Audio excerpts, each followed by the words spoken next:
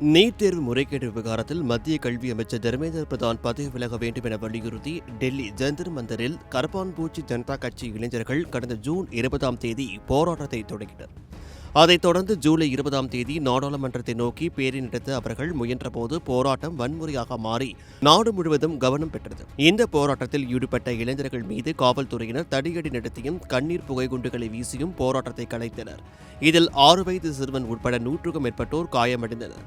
இதனையடுத்து அரசியல் தலைவர்கள் மற்றும் பொதுமக்கள் என நாடு முழுவதும் பல்வேறு மாநிலங்களைச் சேர்ந்தவர்கள் இந்த விவகாரத்தில் தங்களது ஆதரவை தெரிவித்து வந்தனர். இந்நிலையில் ஜூலை 26ஆம் தேதி மத்திய கல்வித்துறை அமைச்சர் தர்மேந்திர பிரதான் தனது பதவியை ராஜினாமா செய்தார்.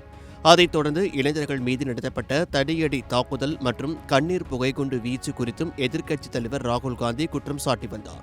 நாடாளுமன்ற மழைக்கால கூட்டத்தொடர் நடைபெற்று வரும் நிலையில் இளைஞர்கள் மீது நடத்தப்பட்ட தாக்குதல் குறித்து மத்திய உள்துறை அமைச்சர் அமித் ஷா பதிலளிக்க வேண்டும் என எதிர்க்கட்சித் தலைவர் ராகுல் காந்தி தொடர்ந்து வலியுறுத்தி வருகிறார். இந்த விவகாரத்தில் மத்திய உள்துறை அமைச்சர் அமித் ஷா நீட் தேர்வு வினாத்தாள் கசிவு விவகாரம் மற்றும் மாணவர் போராட்டம் குறித்து ஆரோக்கியமான விவாதம் நடத்த தயாராக இருப்பதாக தெரிவித்து சபாநாயகருக்கு கடிதம் எழுதியுள்ளார். இதுகுறித்து அவர் எழுதியுள்ள கடிதத்தில் நாடாளுமன்ற விவகாரங்கள் துறை அமைச்சர் கிரண் ரிஜிஜு முன்னதாக வணிக ஆலோசனைக் குழு கூட்டத்தில் கூறியது போல் நீட் தேர்வு தொடர்பான மாணவர்களின் போராட்டம் குறித்து நாடாளுமன்றத்தில் விவாதிக்க அரசு ஏற்கனவே சம்மதம் தெரிவித்துள்ளது.